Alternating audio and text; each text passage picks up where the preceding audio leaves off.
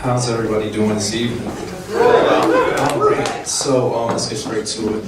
Based on numerous conversations that I've had with men, I've come to the conclusion that having a girlfriend is better than having a wife. Because wives don't have anything to aspire to because they've already accomplished the relationship goal. But a girlfriend, she's always going to put her best foot forward because she has something to aspire to. Think of it like hiring a temp worker.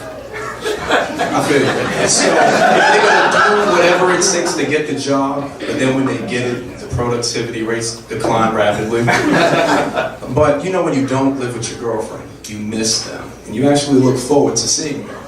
But when you're married, yeah, you look forward to seeing your wife already on the side of a milk carton, and prayerfully you're not suspect in the case. It's pretty funny. You know, girlfriends never opt out of having sex, even if they're on their period. You know, they always offer to lay down some tarp or and then because girlfriends love being accessories to murder, you know, they clean out the blood bath afterwards, they really love it. But wives, they'll give any excuse to get out of sex. Like, oh, I have a headache. And the husband's like, but I'm not going anywhere near your head. Besides,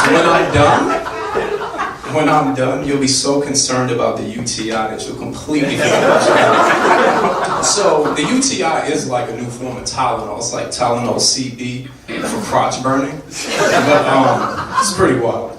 But I never thought in a million years that a husband would literally have to use the self-service pump. I really didn't think that was a thing. But a wife would literally get mad at her husband for taking matters into his own hands. She'll yell at him as if he spilled a gallon of milk on the floor. But would that cause her to increase her mouth or vagina usage? No, it wouldn't. But a girlfriend, she'll never let her man use the self-service pump. If she even catches him attempting to do so, she's going to do whatever to help him empty his load and then scream my pleasure like a Chick-fil-A employee. Like, if you don't know about Chick-fil-A employees, they are the nicest, hardest working people in the world, besides Mexicans. But so it's everybody. But it's one of those things for me that I sit back and think about how neutered husband syndrome is a real thing. Because, you know, girlfriends don't try to change their boyfriends initially, but wives will break down their husbands to the point where she has his nuts around her wrists like a Pandora charm bracelet. So if you see a broken man in public, just look for the two brass ball charms around his wife's waist. It's real. So it's one of those things I sit back and go, boyfriends will never have to hear a complaint from their girlfriend when they're going to the bar. I say, hey, honey, I'm going to the bar. No complaints. A husband, he's not even allowed to have friends. He can only hang out with other domesticated and neutered men because too much testosterone, like, sets her alarm off. It really sets it off. He knows. So, but I'll say this, husbands are the most opportunistic people in the world. They dwell on moments of freedom every day. It's like plotting a prison escape, you know. Grocery shopping is not just for groceries. It's also time to scout some real produce. So it's just one of those things that I sit back and go, wow, I'm glad that outside of comedy, I'm an advocate for those who suffer in silence. You know, providing a voice to the voiceless. Because husbands are the most abused people group in the world. Do you want to know why? Because you would never hear about their abuse in public.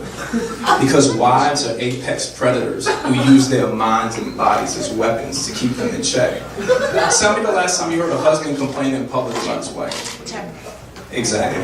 So, but back to neutered husband syndrome for a bit.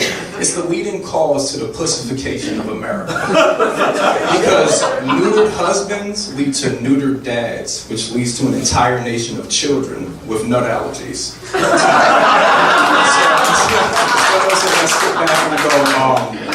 It's almost the same thing why the homosexual population has increased in recent years.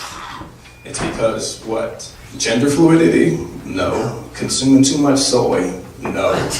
It's because they have that absence of nuts in their life. So as the old saying goes, absence of the nuts makes the anus grows fonder. My name is Monti.